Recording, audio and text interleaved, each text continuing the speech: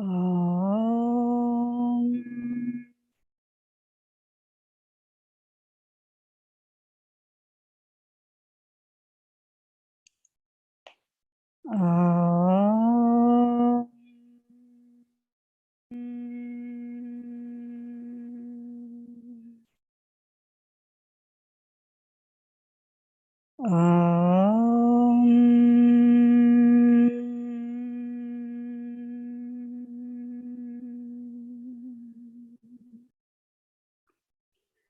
गुरुर्ब्रह्मा गुरुर्विष्णुः गुरुर्देवो महेश्वरः गुरुर्साक्षात् परं ब्रह्मा तस्मै श्री गुरवे नमः। ब्रह्मानन्दं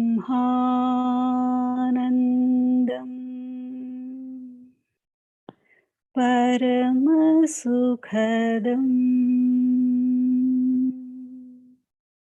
केवलं ज्ञानमूर्तिं द्वन्द्वातीतं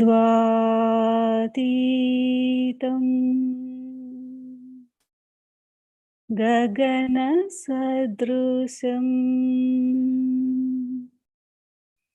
तत्त्वमस्यादिलक्ष्यम् एकं नित्यं विमलमचलम्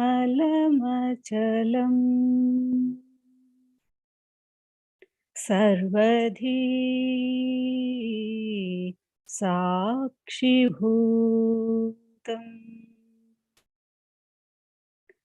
भावातीतं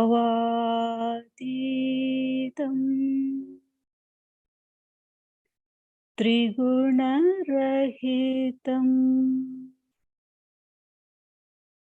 सद्गुरुं तं नमामि।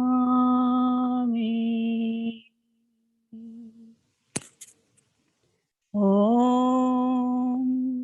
नमो ब्रह्मादिभ्यो ब्रह्मविद्या सम्प्रदाय कर्तृभ्यो वंश ऋषिभ्यो महाभ्यो नमो गुरुभ्यः। सर्वोपप्लवरहित प्रज्ञानघन प्रत्यगर्थो ब्रह्मैवाहमस्मि।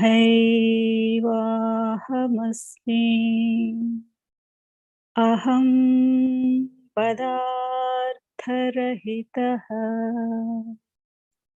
सदाशिवसमारम्भाम् व्यासशङ्करमध्यमाम् अस्मदाचार्यपर्यन्ताम् वन्दे गुरुपरम्पराम्।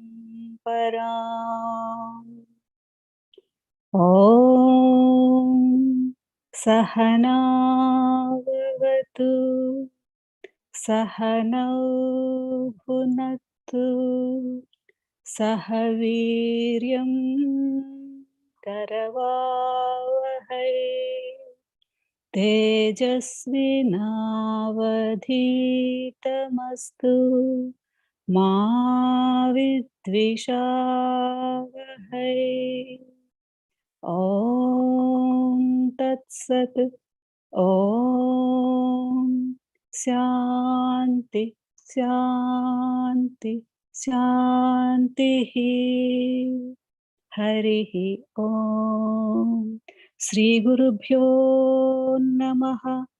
హరిః ఓం. చదవండి. 48వ శ్లోకం అండి. తాపత్రయాగ్నితప్తానాం అశాంత ప్రాణినాం ముదే గురురేవ పరా గంగా తస్మై శ్రీ గురవే నమః.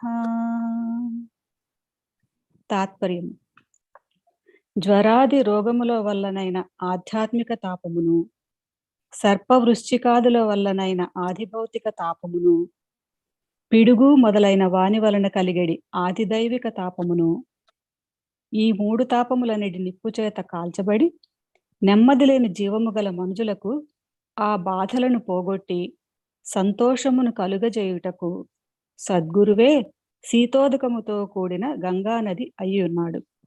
అట్టి పరమ సంతోష కారణుడైన సద్గురువు కొరకు నమస్కారం. జీవభావంతో జీవించేటటువంటి సకల జీవరాశికి తాపత్రయాగ్ని తప్తత అనే లక్షణం ఉంటుంది. అంటే అర్థం ఏమిటంటే కాల్చబడుట లేదా తప్పించుట.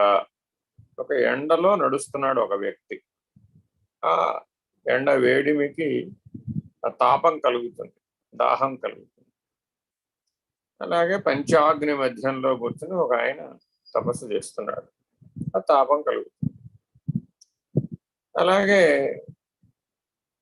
జన్మ, వ్యాధి, జర, మరణము 4 కూడా వేదనతో పరిణామాన్ని ఇస్తాయి, కాబట్టి తాపాన్ని కలుగజేస్తాయి. అయితే ఈ తాపం తన వల్ల తనకే లభించేవి, ఇతర జీవరాశుల వల్ల లభించేవి పంచభూతాలు ప్రకృతి యొక్క ప్రకోపం ద్వారా, దైవ సంకల్పం వలన, ప్రకృతిలో వచ్చేటటువంటి ఉత్పాతాల వలన లభించేటటువంటి వేదనలు, తాపములు.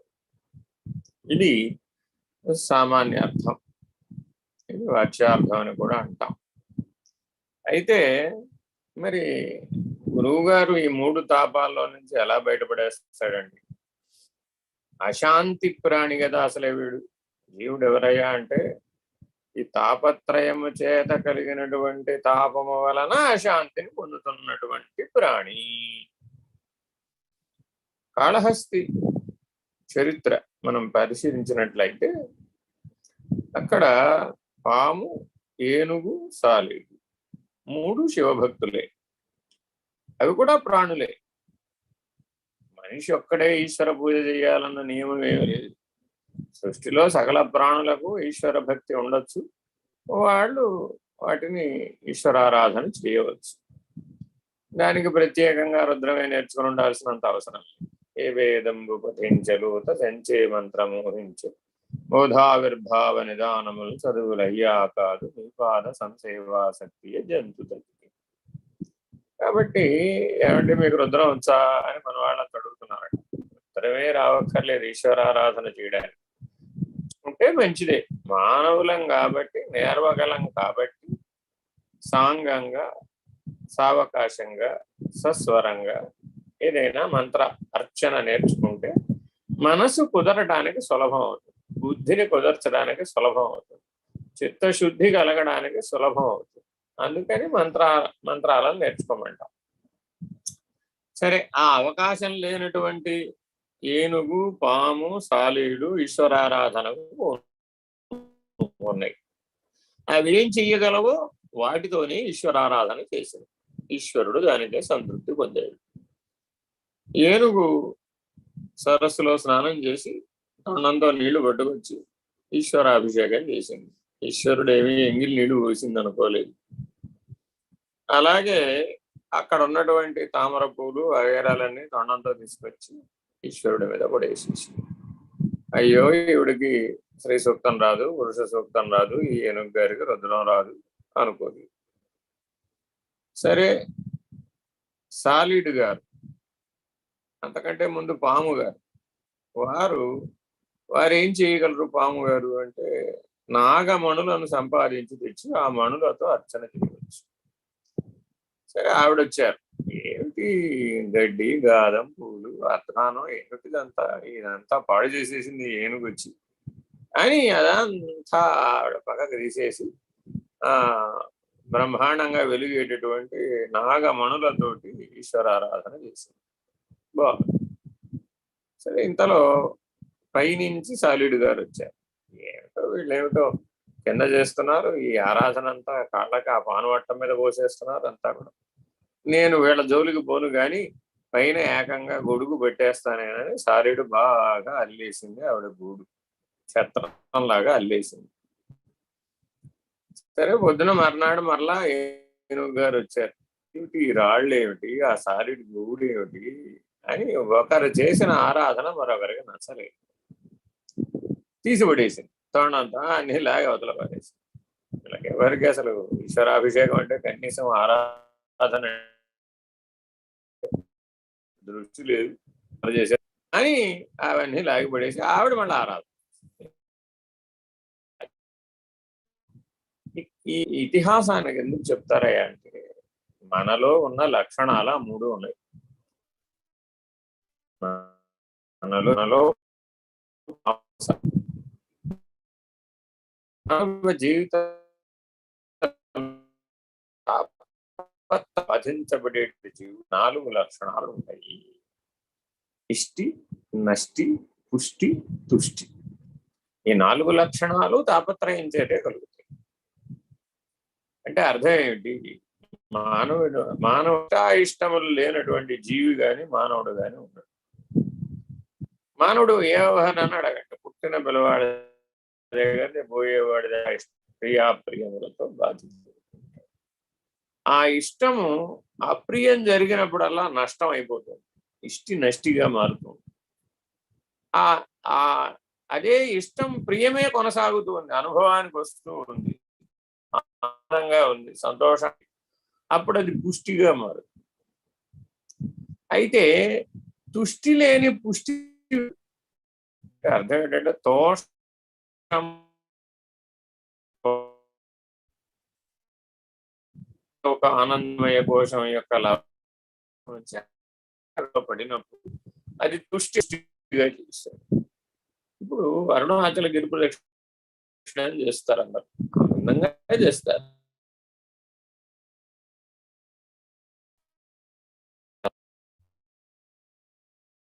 ఉంటారు 4 కిలోమీటర్లు కళ్ళప్పుడు ఎడుస్తూ తిరిగేవాడు అసలు తిరగలేదు. కాబట్టి ఆ ఇష్టి, తుష్టి, పుష్టి ఈ 3 ఒక సూత్రం మీద పనిచేస్తాం. భంగమైనప్పుడల్లా నష్టి ఏర్పడుతుంది. సరే, ఇది తాపత్రయాలలో ఉన్నటువంటి 4 లక్షణాలు. అది తన వల్లే తనకు వచ్చిన, లేదా ఇతర జీవుల వల్ల వచ్చిన, లేదా ఉత్పాతములు ప్రకృతిలో ఏర్పడే ఉత్పాతముల వల్ల వచ్చిన, ఇవి ఏ రకమైన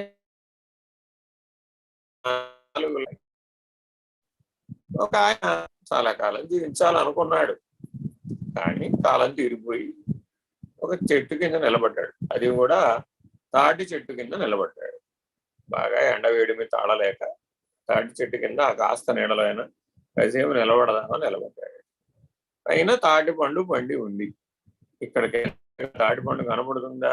కనబడలేదు. ముందు ఎండవేడిమిని తట్టుకోవడమే ప్రధానం అనుకున్నాడు. అసలే ఆయనకి పాపం ముండి అంటే గుండుందనమాట, పైన జుట్టు కూడా లేదు పాపం. ఈ మనిషి నిలబడితే ఒక కాకి ఆ తాటి పండును ఆశించి దాని మీద ఇవ్వాలి.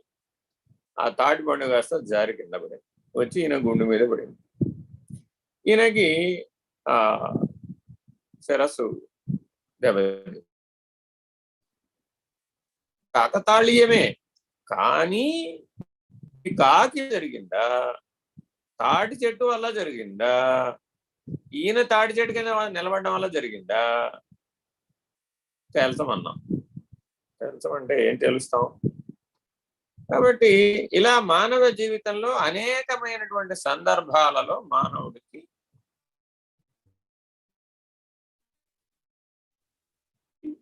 నష్టి పుష్టి అనే 4 లక్షణాలు జననం నుంచి మరణం దాకా ఏర్పడుతూ ఉంటాయి.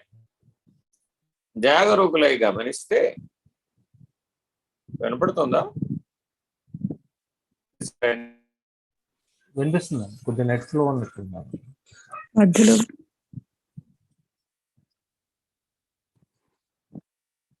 వినపడుతుందా? వాయిస్ క్రాక్ అవుతుంది గురువు గారు. నెట్ స్లో ఉన్నట్టుంది.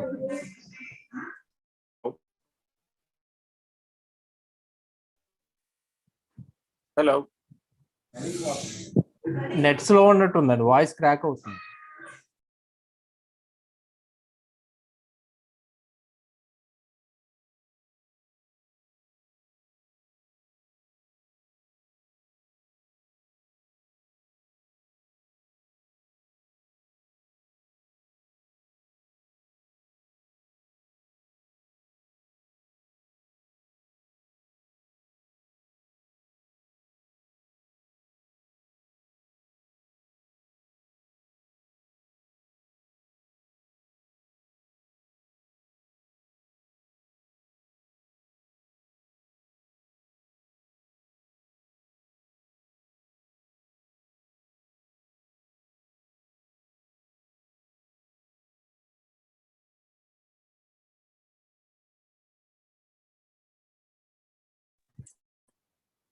వినపడుతుందా ఇప్పుడు? వినిపిస్తుందా?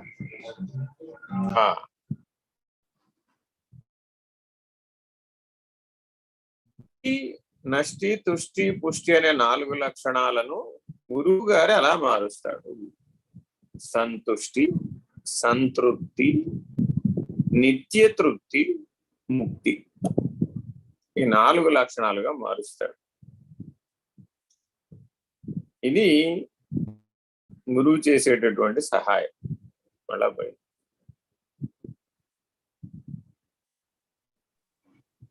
వినపడుతుందా? వినిపిస్తుందండి. వీడియో ఆఫ్ చేస్తే వినపడుతుందా? వాయిస్ క్లియర్ ఉంటుందండి.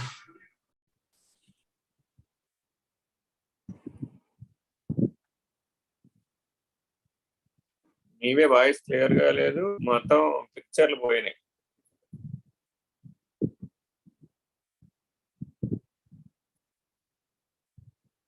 నెట్ డిస్టర్బెన్స్ ఉన్నట్టుంది.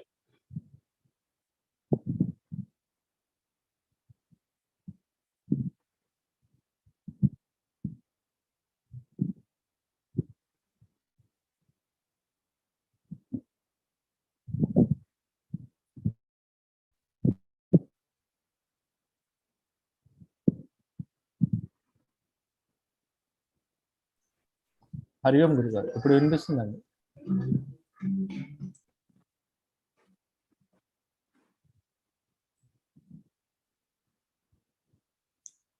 ఇంకో దాంట్లో లాగిన్ అవుతున్నాను.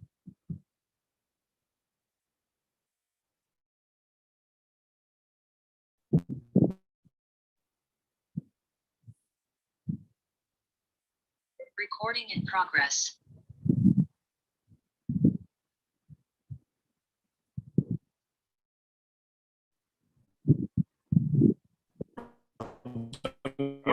వినపడుతున్నానా?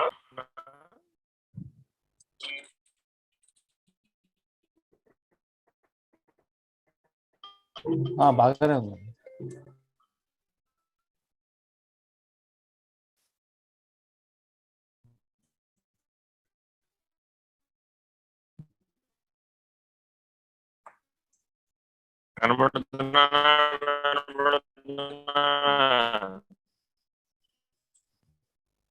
ఎవరు రెస్పాండ్ అవటం లేదు. క్లారిటీ లేదండి అంత. ఏమండి వినపడుతున్నానా? కొంచెం క్లారిటీ ఎవరికైనా వినపడలేదా?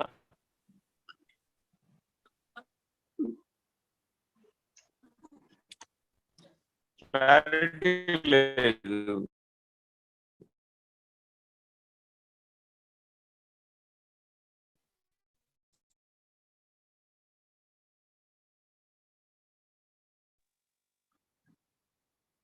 వాయిస్ వినిపించట్లేదు.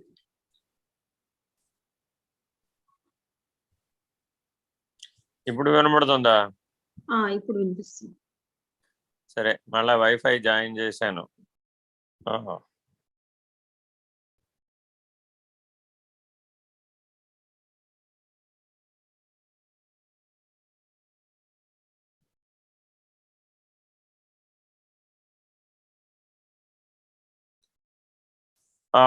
ఇప్పుడు వినపడుతుందండి?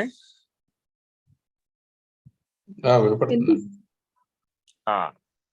జాగ్రత్తగా మీరు అర్థం చేసుకుంటే ఈ తాపత్రయాన్ని సంతుష్టి, సంతృప్తి, నిత్యతృప్తి, ముక్తి అనేటటువంటి దశలుగా గురువు సహాయంతో సాధకుడు, శిష్యుడు మార్చుకోవచ్చు. ఎలాగా అంటే ఇష్టి, నష్టి అనేవి రెండు లేవు. ఈశ్వరానుగ్రహం. జననం నుంచి మరణం దాకా ఏది అనుభవానికి వచ్చినా సరే అంతా ఈశ్వరానుగ్రహం అనే నిర్ణయానికి మొట్టమొదట నేను తీసుకొస్తాడు. అంటే సృష్టి యొక్క ధర్మాలను వివరిస్తారు. పిండాండ పంచీకరణ, సాంఖ్య విచారణ అంతా చెప్తారు. 5-5-25 ఇంద్రియాలు, విషయాలు, గుణాలు, శరీరత్రయం, గుణత్రయం, పంచకోశాలు, ఆత్మ విచారణ అంతా చెప్పి, నాయన నీ జీవితం మొత్తం మీద ఏది జరిగినా సరే అంతా ఈశ్వరానుగ్రహమే. ఇక్కడ దాకా ఎప్పుడైతే పరిణామానికి తీసుకొస్తామో అప్పుడు వాడి జీవితం సంతుష్టత చెందుతుంది. అంటే ఎప్పుడూ సంతుష్టిగా ఉంటాడు అంతే. సమ్యక్ తుష్టి అంటే తగ్గటం, పెరగటం, ఆనందం తగ్గటం, పెరగటం, సంతోషం తగ్గటం, పోవడం, దుఃఖం, సుఖం అంటే మారడం, ఈ మార్పులు చేర్పులు ఏ ఉండవు అనమాట. అన్నీ ఒకే తీరుగా ఉంటాయి అన్నమాట. అలా ఎప్పుడైతే ఆ సంతుష్టత అనేటటువంటి స్థితికి మానవుడు చేరతాడో ఆ సంతుష్టత దగ్గర నుంచే సంతృప్తి అనేటటువంటిది సాధ్యం. అంటే అర్థం ఏంటంటే ఇవాళ ఎవరైనా మీకు గులాబ్ జామ్ పెట్టారనుకోండి, ఏమనిపిస్తుంది? 1 పెట్టారు, 2 పెట్టారు, 3 పెట్టారు, 4 పెట్టారు, 5 పెట్టారు, 6 పెట్టారు, ఇక చాలు బాబు అనేదాకా పెట్టారు. సరే, కానీ మరి సంతుష్టేనా కాదా, సంతృప్తేనా కాదా? ఇది సంతుష్టి కింద లెక్కేయాలా, సంతృప్తి కింద లెక్కేయాలా? సంతుష్టి కిందే లెక్కేయాలి. ఇక చాలని అంటున్నంత వరకు అది సంతుష్టి మాత్రమే. ఏమండి, ఈ జన్మలో నీకు సంసారం లభించిందా లేదా, కుటుంబం లభించిందా లేదా, ప్రపంచం లభించిందా లేదా? ఇక చాలు అన్నావా లేదా? అనలేదనుకోండి, ఇంకా రాని అన్నాం అనుకోండి, ఇంకా రాని అంటే అప్పుడు తాపత్రయం చేత బాధించబడతాం. ఇక చాలు అన్నాడు అనుకోండి, అప్పుడు సంతుష్టి. ఈ మర్నాడు ఇవాళ అయిపోయింది, రేపు మళ్ళా గులాబ్ జామ్ తెచ్చాడు. నిన్న బాగానే తిన్నారు కదండి, ఇవాళ కూడా మీకోసం గులాబ్ జామ్ తెచ్చాను. అయితే రాని మళ్ళా నిన్న 6 తిన్నాడు కదా, ఇవాళ కనీసం 4 అన్నా తింటాడు. ఎందుకని? రోజు మారిందిగా. 6 తిన్న వెంటనే మళ్ళా పెడితే వద్దన్నాను, కానీ ఒక రోజు మారిన తర్వాత మళ్ళా తెస్తే తింటాడు కదా, మళ్ళా అనుభవం బాగానే ఉంది అని మళ్ళా రానివ్వంటాడు. ఇలాగా పునః పునః పునరావృత్తి చెందే లక్షణం ఈ సంతుష్టిలో ఉంటుంది, ఈ ఇకచాలులో ఉంటుంది అనమాట. ఇది చాలా బాగా అర్థం చేసుకోవాలన్నమాట. ఎవరైనా, ఏ మనిషి అయినా అవే హరిషడ్వర్గాలు, అవే ఆకలి దెబ్బలు, అవే షడూర్ములు. ఆకలి దెబ్బలు, శోకమోహాలు, జనన మరణాలు, ఈ 6 కష్టాలు అందరికీ ఉండేవి. కామ, క్రోధ, లోభ, మోహ, మద, మాత్సర్యాలనే 6 లక్షణాలు, అవలక్షణాలు ఉండేవి. ఇంకా ఇంతకు మించి వేరే ఏం తీసుకురాలేము. సత్వగుణం, రజోగుణం, తమోగుణంతో కూడిన అహంకారం ఉండవలసిందే. ఏ మనిషి అయినా సరే, ఏ ప్రపంచమైనా సరే, అది బింబ ప్రతిబింబ భావంతో పని చేయవలసిందే, వేరే మార్గం లేదు. ఈ సత్యం బోధపడింది. సత్యం బోధపడ్డాక ఇక చాలు నుంచి అవసరం లేదన్నాడు. ఎప్పుడైతే అవసరం లేదన్నాడో అప్పుడు సంతృప్తి, పునరావృత్తి లేదనమాట. ఏమండి, మీరు ఈ జన్మకి సంతృప్తి చెందారా? సంతృప్తి చెందానండి అంటే మళ్ళీ అడగడు అనమాట. ఇంకో జన్మ కావాలని అడగడు, ఇంకో సంసారం కావాలని అడగడు, ఇంకో ప్రపంచం కావాలని అడగడు. ఇట్లా ఏదైనా సరే ఇంకా కావాలి అనే లక్షణం పోతుంది అన్నమాట. ఆ పోవడాన్ని సంతృప్తి అంటారు. సరే, కానీ సంతుష్టి సంతృప్తి రెండు భోగంతో ముడిపడ్డాయి. అయితే సంతృప్తికి వచ్చేసేటప్పటికి యోగ లక్షణం బలపడుతుంది. సంతుష్టిలో భోగ లక్షణం బలంగా ఉంటే సంతృప్తిలో యోగ లక్షణం బలంగా ఉంటుంది.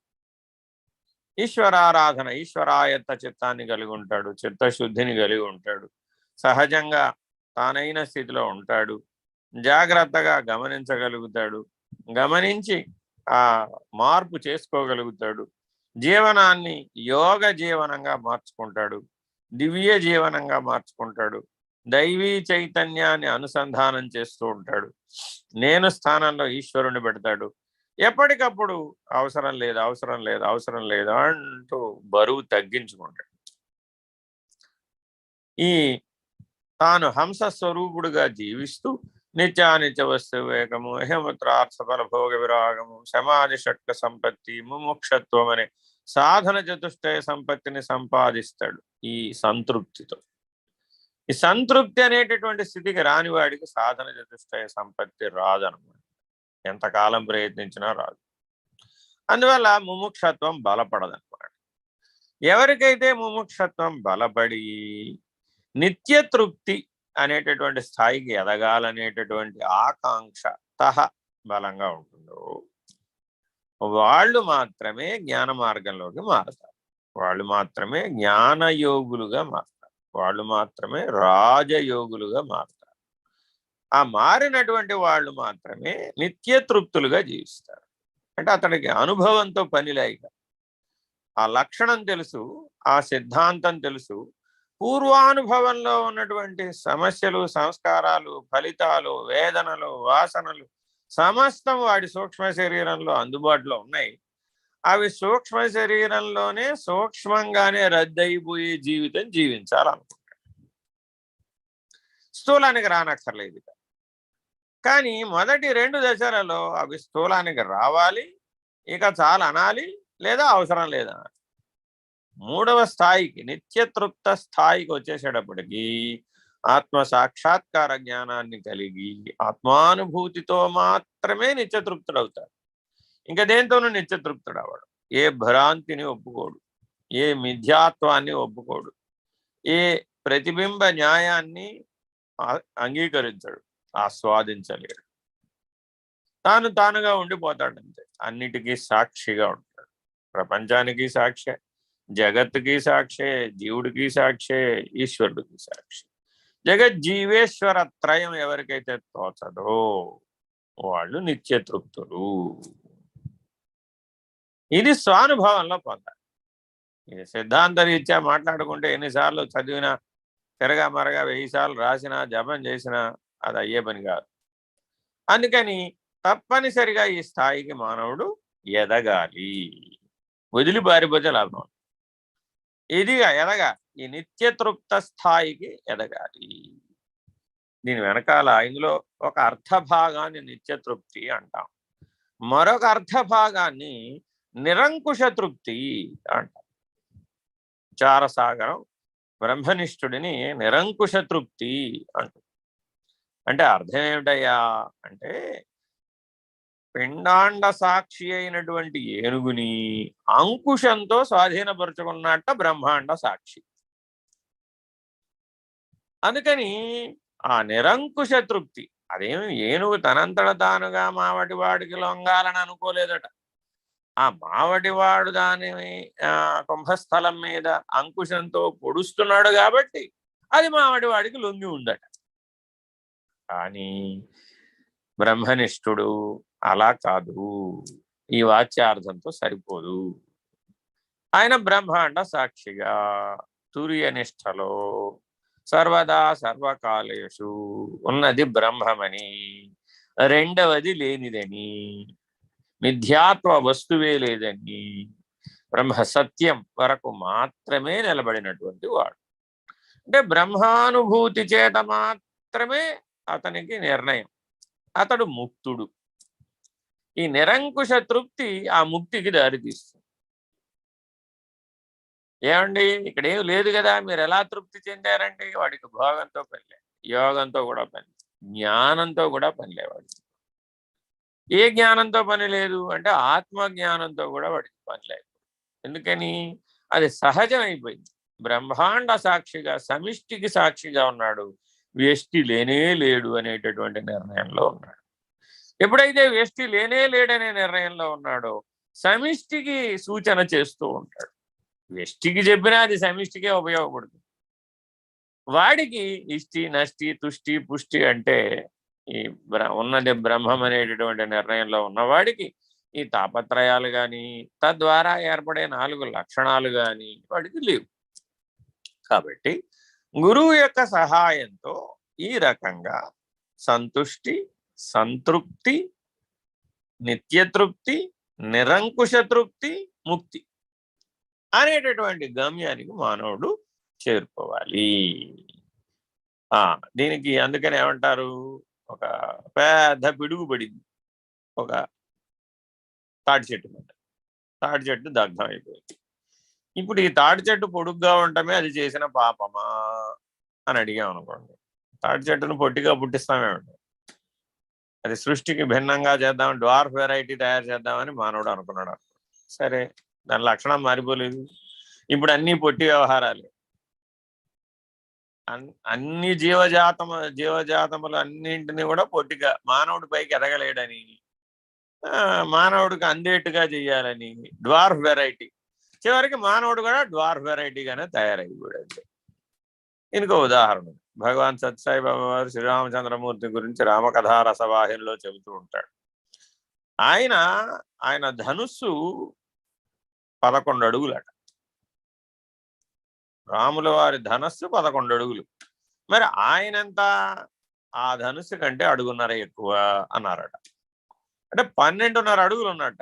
ఎక్కడ రాముల వారు, ఎక్కడ మానవులు ఇవాళ రోజున త్రేతాయుగం రాముడు 11 అడుగులు 12 అడుగులు ఉన్నాడు.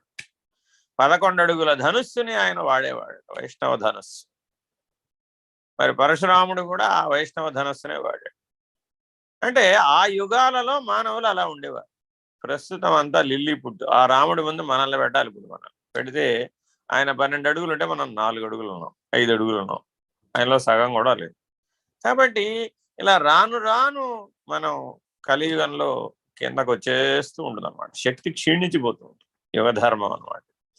సరే, ఏది ఏమైనప్పటికీ మానవులు మాత్రం తప్పక ఈ సంతుష్టి, సంతృప్తి, నిత్యతృప్తి, నిరంకుశ తృప్తి, ముక్తి అనేటటువంటి స్వానుభవ పరిపక్వత, ఇది అంతర్ముఖంలో జరిగేటటువంటి పరిపక్వత.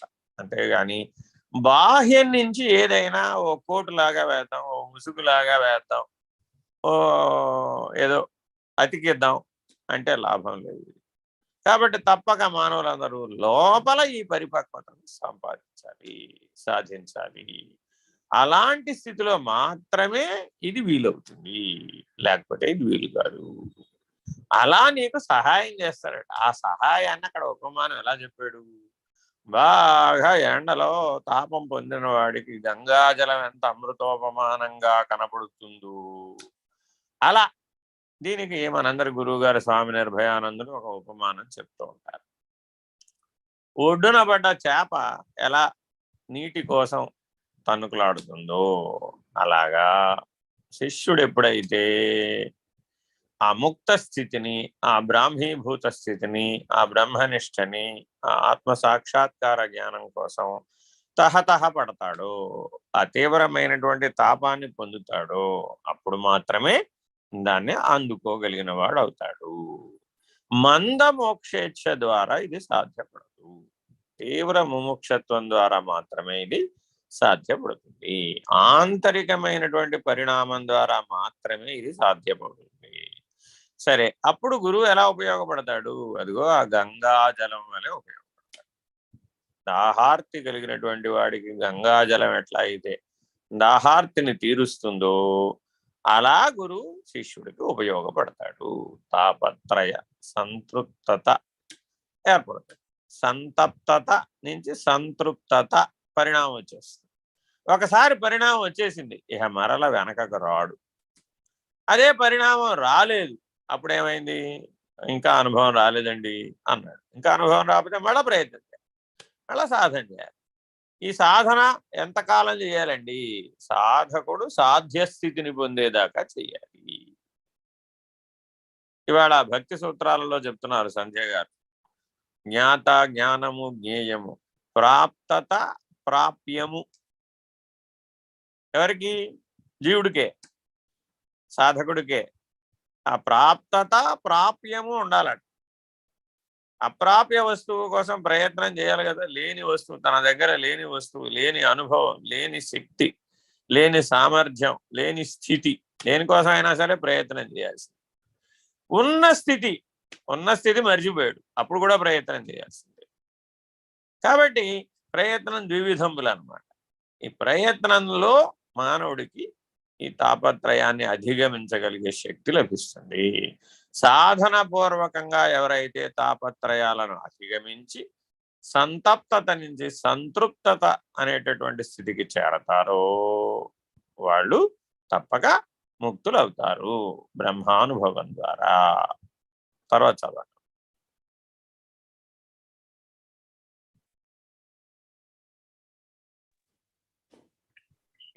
అజ్ఞానేనాహినాగ్రస్తాః ప్రాణినస్తాన్ చికిత్సకః విద్యాస్వరూపో భగవాన్ తస్మై శ్రీ గురవే నమః. తాత్పర్యం: లోకమునందలి జీవులు అజ్ఞానమను గొప్ప సర్పము చేత మృంగబడి ఉన్నారు. అటుల మృంగబడిన జీవులను అజ్ఞాన నాశనము చేసి బాగుపరచుటకు మహాజ్ఞాన స్వరూపుడైన భగవంతుడే వైద్యుడగుచున్నాడు. అటువంటి భగవత్ స్వరూపుడైన సద్గురువు కొరకు నమస్కారం. భిషగ్వరుడు అంటారు. వైద్యులందరినీ ఏమంటారయ్యా అంటే భిషగ్వరుడు అంటారు సంస్కృతంలో. అంటే ఔషధం జాహ్నవీతో యం వైద్యో నారాయణో హరి అని పెద్దలు ఒక సూత్రం చెప్పారు. అంటే ఏమండి, వైద్యం చేసేవాడు ఎవడయ్యా? వాడు నారాయణుడు. నిన్ను కష్టాల్లో నుంచి బయటపడేస్తున్నాడు, సంరక్షిస్తున్నాడు. కాబట్టి జాగరూకుడవై దేనికి వైద్యం చేస్తున్నాడు ఆయన అంటే వ్యాధిగ్రస్తే కళేబరే. నాయన, నీ కళేబరానికి వ్యాధి వచ్చింది, జాగరూకుడవై గ్రహించు. నీకు వ్యాధి రాలి, వ్యాధిగ్రస్తే కళేబరే, అంతేగాని నీకు రాలేదు. అర్థమైందండి? ఈ సత్యాన్ని మానవుడు గుర్తించాలంట. అంటే ఎవరైతే వైద్యం చేయించుకుందామని వెళ్ళాడు, ఆయన లక్షణాలన్నీ ఏకరువు పెడుతున్నాడు, ఆ రోగగ్రస్తుడు మొట్టమొదట గుర్తించవలసిన అంశం ఏమిటి? రోగి వేరే, రోగము వేరే. రోగము అతని శరీరానికి వచ్చింది, అతనికి రాలేదు. ఈ సత్యం నీకు బోధపడినట్లయితే ఆ శరీరమే నేను, దేహాత్మ భావన, శరీరాత్మ భావన అనేటటువంటి సర్పం చేతను మిరంగబడవు. కాబట్టి జీవులందరూ ఒక సర్పం చేత మృంగబడుతున్నారట. మహాసర్పదంష్ట్రా అంటారు. మృత్యుద్రష్ట, మృత్యుదంష్ట్ర ఎలా ఉందయ్యా అంటే మహాసర్పదంష్ట్రా. ఓ పెద్ద సర్పం గనక, నల్లటి త్రాచుపాము గనక, ఓ 10-12 అడుగులు పొడుగు ఉన్నటువంటి నల్లటి త్రాచుపాము, లేదా కొండ చిలువ అజగరం ఎవరినైనా ఒక మనిషి వెంట పడింది అనుకోండి, వీడే దాని పాలన పడ్డాడు అనుకోండి, అదేం చేస్తుందంటే ఉన్న పడాన్ని మింగేస్తుంది. అది కాటు వేయదు, కొండ చిలువ మింగేస్తుంది. అజ్ఞానం అనేటటువంటిది అజగరము వంటిది. అది నీ జ్ఞానాన్ని మింగివేస్తుంది, కాటు వేయదది, మింగివేస్తుంది. అలాగే తనలో జీర్ణం చేసేసుకుంటుంది. అజ్ఞానాంధకారం అనే ఆవృత్తి కలిగినప్పుడు జ్ఞానం అనే వెలుగు నీకు చూపెట్టేవాడు ఎవడో వాడు మాత్రమే నీకు ఉపయోగపడతాడు, మిగిలిన వాళ్ళు ఎవ్వరు ఉపయోగపడరు. అజ్ఞానతిమిరాంధస్య జ్ఞానాంజనశలాకయా చక్షురున్మీలితం యేన తస్మై శ్రీ గురవే నమః. చక్షురున్మీలితం, ఏమండి ఈ వెలుగు ఎట్లా కనబడుతుంది? చక్షువులను భ్రూమధ్యంలోకి ఉన్మీలనం చేయాలి, వాడికి మాత్రమే ఈ వెలుగు కనబడుతుంది. తన హృదయ పుండరీక మధ్యంలోనే ఆ వెలుగు కనబడుతుంది, బయట ఎక్కడో కనబడేటువంటివి ఏవి ఉపయోగపడవట.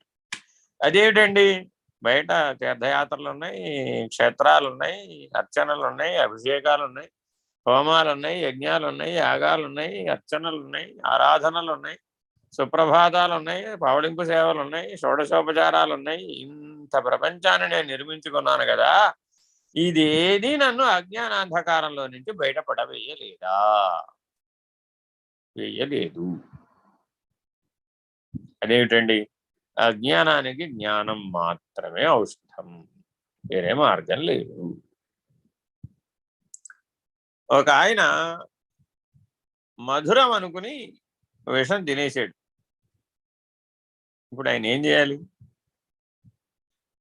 అర్జెంటుగా డాక్టర్ గారి దగ్గరికి తీసుకెళ్ళాం.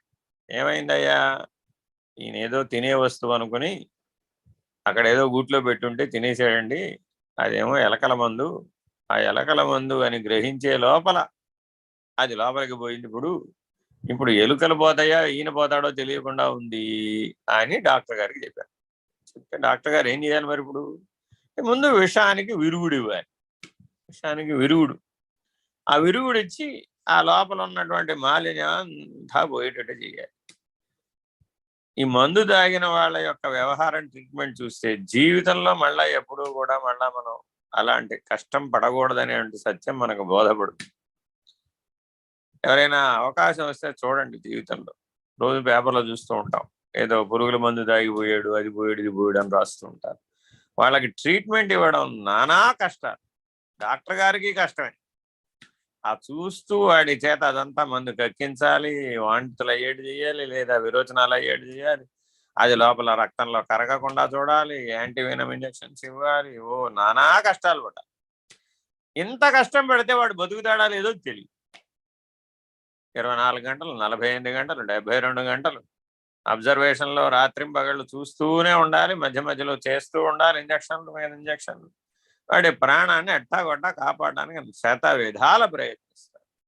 సరే, వాడికి ఆయుర్దాయం ఉంటే బతుకుతాడు, లేకపోతే పోతాడు. అట్లా ఉన్నట్టు జీవుడి పరిస్థితి ఏమిటయ్యా ఇంతకీ అంటే, భోగం అనేటటువంటి విషయాన్ని అమృతం అని భుజిస్తున్నాడు. ఈ సత్యాన్ని గ్రహించాలి. ఏమండి, భోగం వద్దనేటటువంటి మానవులు ఎవరు ఉన్నారా?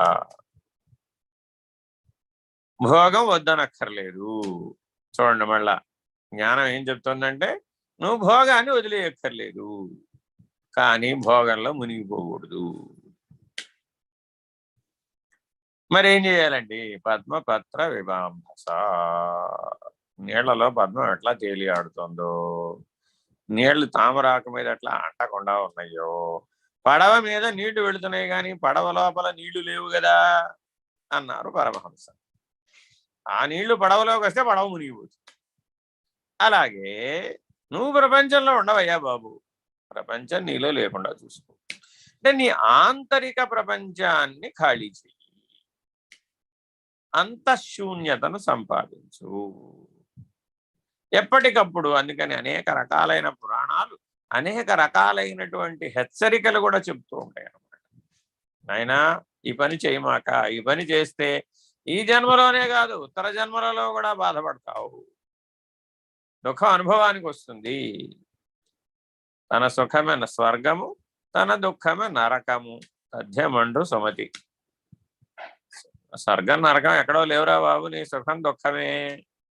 దీనికి జగద్గురు నిర్మలానందనాథ గారి దగ్గర ఒక ఆయన ప్రశ్న వేశారు, ఏమిటండి ఇలా చెప్పారు అని. వారు ఒక ఉపమానం చెప్పారు. నాయన, నిన్ను బాగా కాలినటువంటి దోశల పెనం మీద కూర్చోబెట్టారనుకో, అప్పుడు నీకు 3 నిమిషాలు టైం ఇచ్చారనుకో కూర్చోమని, ఆ 3 నిమిషాలు నీకు ఎంత టైంగా కనబడుతుంది? అబ్బో చాలా 3 యుగాల్లాగా కనబడుతుంది. 3 నిమిషాలు గడవాలంటే చాలా కష్టం. కాలిన పెనం మీద కూర్చోవడం. ఆహా, సరే మంచి హంసతూలికా తల్పం మీద 3 నిమిషాలు కూర్చోమన్నారు అనుకో, అప్పుడు 3 నిమిషాలు ఎలా గడిచింది? అబ్బో 3 నిమిషాలు 3 క్షణాల్లో గడిచిపోయినాయండి, 3 రెప్పపాట్లో గడిచిపోయినాయండి అన్నాడు. కాబట్టి ఇప్పుడు అనుభవం అనేది ఎటువంటిదయ్యా అంటే నీ సూక్ష్మ శరీరానికి అనుభవం అవుతూ ఉంటుంది. పునరపి జననం పునరపి మరణం అనేది ఈ సూక్ష్మ శరీరమే స్థూల శరీరాన్ని స్వీకరిస్తూ ఉంటుంది. కాబట్టి ఈ సూక్ష్మ శరీరాన్ని ఆ కారణ శరీరం అనే అజ్ఞానం, అవిద్యామయమైనటువంటి మోహమయమైనటువంటి దాంట్లో నుంచి విడుదల చెయ్యాలి. కాబట్టి బంధం ఏదయ్యా అంటే కారణ శరీరం, అనుభవం భోగ సాధనం ఏదయ్యా సూక్ష్మ శరీరం, ఆ సూక్ష్మ శరీరం చేతిలో పనిముట్టేదయ్యా ఈ స్థూల శరీరం. కాబట్టి ఈ శరీరత్రయాన్ని అర్థం చేసుకొని ఈ శరీరత్రయ విలక్షణుడమైనటువంటి నీవు మహాకారణ శరీరవి కదా, ఆ మహాకారణ శరీరమే నేనుగా ఉన్నటువంటి వాడికి ఏ ఆభూషణాదులతో పని, పోని ఏ విమర్శలతో పని, దూషణ భూషణ తిరస్కారాలు అడిగేం లేవు. వాడి జీవనయానం సాగుతూ ఉంటుందంతే, తెగిన గాలిపటంలాగా.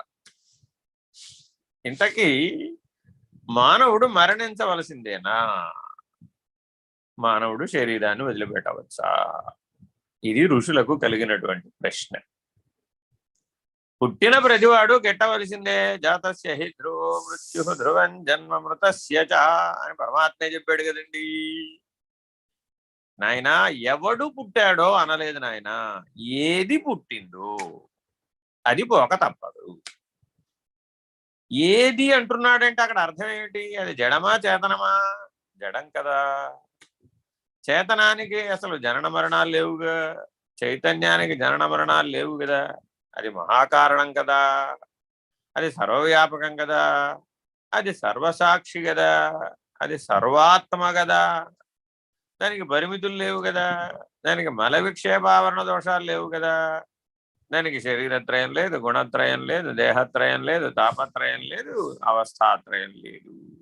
ఈ లక్షణాలు ఏవీ లేవు కదా దానికి. దానికి భోగమే లేదు, అనుభవమే లేదు, అనుభూతియే లేదు. దానికి ఉన్నది ఉన్నట్లుగా ఉంది. అటువంటి ఉన్నదన్నట్లుగా ఉన్నటువంటి మహాకారణ స్థితి యందు నువ్వు మేలుకొన్నవాడవైతే, మేలుకొనుటకు సిద్ధపడిన వాడవైతే నువ్వు గురువు యొక్క సహాయంతో ఈ అజ్ఞాన సర్పం అనేటటువంటి దాని చేత మృంగబడకుండా కాపాడబడవచ్చు. ఈ ఉపమానం, ఈ ఉపదేశాన్ని ఉద్దేశించే రాహువు కేతువు సూర్యుణ్ణి చంద్రుణ్ణి సర్పరూపంలో మింగుతున్నారనేటటువంటి ప్రతీకాత్మక బోధ గ్రహణం ద్వారా చెప్పారు. కానీ దాని వచ్చి మనం విజ్ఞాన శాస్త్రవేత్తలతో గొడవ పడడం వలన రకరకాలైన తగాదాలు వచ్చాయి, అనేక రకాలైన మూఢత్వంతో ఇబ్బందులు పడుతున్నాం అన్నమాట. జాగ్రత్తగా గమనిస్తే మనలో బుద్ధి మూఢము, క్షిప్రము, సమ్మూఢము, విమూఢము అని స్థాయి భేదంగా ఉంటుంది.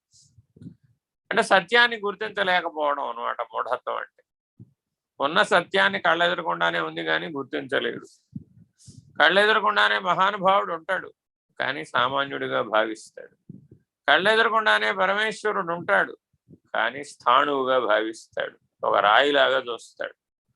కళ్ళెదురకుండా సర్వవ్యాపక చైతన్యం, విశ్వభ్రమణ కారణమైనటువంటి చైతన్యం, అనంత విశ్వాన్ని తిప్పుతున్నటువంటి చైతన్యం అనుభూతం అవుతోంది అణువున మహత్ దాకా.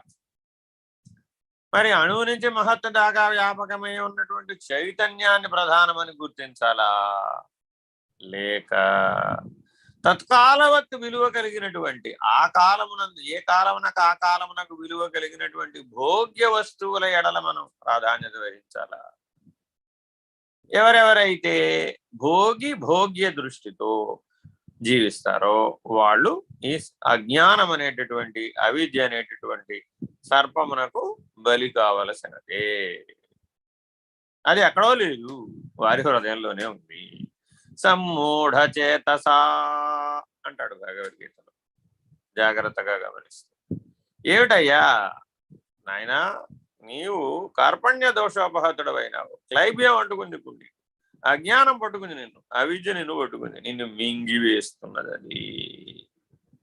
కాబట్టి జాగరూకుడవై ఆ సర్పదంష్టపలో పడకుండా ఉండు, ఆ కొండచిలువ నిన్ను మింగకుండా చూసుకో. మరి ఏం చేయాలండి? ముందే మేలుకోవాలి. అది మింగడం మొదలుపెట్టిన తర్వాత మేలుకుంటానండి. సగం మింగేసిన తర్వాత నేను బయటికి లాగాలంటే, దాన్ని చంపాలంటే చాలా కష్టం. కొండచిలువ అంత తొందరగా సావదు. కాబట్టి జాగరూకుడవై ఎప్పటికప్పుడ తస్మాత్ జాగ్రత్త జాగ్రత్త జాగ్రత్త అంటున్నది వేదం. నాయనా, 3 అవస్థలలో జాగ్రత్తగా ఉండు, 3 గుణాలలో జాగ్రత్తగా ఉండు, 3 శరీరాల్లో జాగ్రత్తగా ఉండు, 3 ప్రపంచాల్లో జాగ్రత్తగా ఉండు, 3 తాపములలో జాగ్రత్తగా ఉండు. అందుకే తాపత్రయం అనే ఉపదేశం వేయగానే పక్కనే ఈ అజ్ఞానం అనే ఉపదేశాన్ని కూడా వేసేసాడు. ఏమిటయ్యా అజ్ఞానం? ఆ తాపత్రయములు ఇంకా కావాలి అనుకుంటాం. ఎవరికైతే పై ఉపదేశంలో సంతృప్తత, నిత్య సంతృప్తత, నిత్య తృప్తత, ముక్తి అనేటటువంటి స్థాయి వరకు ఎదుగుతారో వాళ్ళెవరూ కూడా ఈ అజ్ఞానం అనేటటువంటి, అవిద్యామయమైనటువంటి మోహం అనేటటువంటి సర్పదంష్ట్రకు గురికారు. వాళ్ళు సద్గురువు యొక్క శరణాగతిలో ఉండి నారాయణుని స్థితి యందు, ఆ విశ్వమంతా వ్యాపకమై ఉన్నటువంటి నారాయణ స్థితి యందు, చైతన్యమునందు చైతన్యముగా, పంచభూతాలతో సంబంధం లేకుండా పంచభూతాలంతటా వ్యాపకమై ఉన్న చైతన్యంలో తన చైతన్యాన్ని కలిసిపోతుంది. తిరిగి రాని పద్ధతిగా కలిసిపోతుంది. అలాంటి ముక్త స్థితిని సద్గురువు యొక్క సహాయంతో మనం తప్పక అందుకోవాలి. హరి ఓం. శ్రీ గురుభ్యో నమః. హరి ఓం. హరి ఓం. దేశికేంద్రాయ నమః. శ్రీమత్ పరశివరూప గురో కామితశోషితలోక గురో విబుధా ప్రార్థితలోక గురో అముదమదాంతసురీప గురో కలిపాదిత సంత్రార్థ గురో స్థాపిత షణ్మత సార గురో స్థాపవముని వంద్య గురో శ్రద్ధాద్యక్షర శాంత గురో కరుణాసాగర పరమ గురో నిరుపమ మహిమా నిలయ గురో జయ జయ పరశివలోక గురో జయ శుభ శంకర రూప గురో భవహర పరశివ భువన గురో జయ శుభ మంగళ జగద్గురో జయ జయ జయ జయ గురు ప్రసాద గురో జయ శుభ మంగళ లోక గురో జయ జయ జయ జయ నిర్భయానంద గురో జయ శుభ మంగళ జగద్గురో